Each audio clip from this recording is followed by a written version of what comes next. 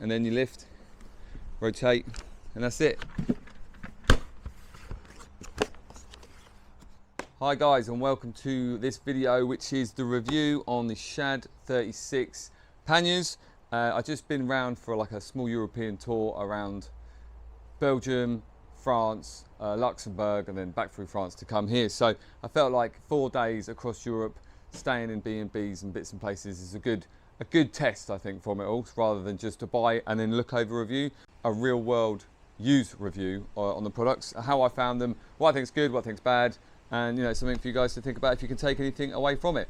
If you do find anything helpful on it, you leave a comment, say thanks, or say you're full of rubbish, whatever. And like and subscribe to the channel if you want to see any more reviews on bike stuff, random stuff, everything. We're going to try and get an opinion on everything we do. So the Shad 36, I wasn't looking to buy these to start with. My brother had some Shads. He had the smaller ones, the 27s or the 29s, and obviously I've got the Honda Rebel here, and they were out of stock before my tour, so I wasn't planning to get them. And then he said they came in stock, and they literally arrived a couple of days before I left. So we got it with obviously the fitting kit that comes with it. I had to do a few modifications on the bike to fit it. I obviously had a different exhaust on it, which had to be stuck. One had to go back on again, so it actually cleared it. Otherwise it was going to be sweeping up into it. So it does have to go with the stock bike when you install them. But I wasn't too bothered about that, so that was fine. I also put the rack on the back of mine, so I had to extend them out a little bit. So they do sit probably an inch, maybe 2 inches further out on either side than they would do if it didn't have the rack on there. So, but what that did mean is it did make the actual width of the bike considerably wider. And that's definitely something you're going to have to consider. Not with every pannier, especially these ones. These ones, they do bulk out quite a bit. I mean, they do have the space inside them to fit a full face helmet, which is one of the reasons why I bought it. So for after just this trip, if I do go out anywhere, I can just stick the helmet on one side, stick some stuff on the other side, and I haven't got to carry it all around with me. So the full face helmet was definitely something that I liked, and that's why I went for this sort of size. But as I was saying, it is quite wide, so it means that filtering through the traffic, you have to consider, if you're going to be using it for a commute bike, you are going to add yourself an additional width. I think I measured it at like 1.10 m, about 4 foot wide, so you definitely are adding on a substantial amount either side. Performance wise, I mean, they're very sturdy. I mean, there was no shake or anything like that. I didn't feel any wobble. When you're getting to sort of like high 70s, 80s into the 90s, it didn't really feel particularly comfortable and enjoyable. Like you definitely feel the resistance against it, and it was giving a bit of a top shake. So yeah, sort of anything around 70 is fine. Going too fast on it, you definitely do feel it. But I don't really think that it created too much drag or anything, to be fair. I didn't really notice any fuel consumption reductions because of it all. So that's another positive from it all. And the whole actual mechanism of it, I'll bring you in closer. So the actual workings of it all is pretty good. I got 3 keys to start with, and then you get a spare lock with 2 additional keys, which is quite well equipped. I managed to lose the 3 keys within 20 minutes, so I have no idea where they are. But the key from the other barrel is the same, so I managed to at least have another key through from it. So they do give you some good bits to go through. But yeah, so you just push the button down. I did actually have to watch a YouTube video about how to get into it, because they didn't make it very clear about how you do it. But once the handle goes up, there is another secondary flap, which you lift, which opens it out into it to see what we've got.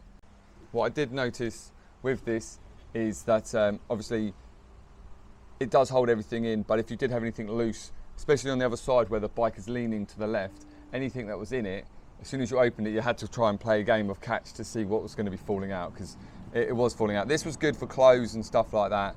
I had small bags within the bags, which was a good idea to keep it all compressed in there.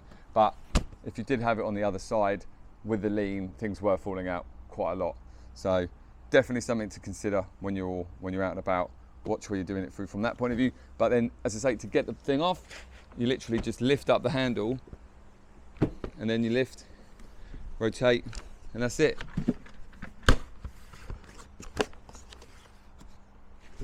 Simple as that. You've got the carry handle, you can just take it in, take it to the hotel room wherever you're going.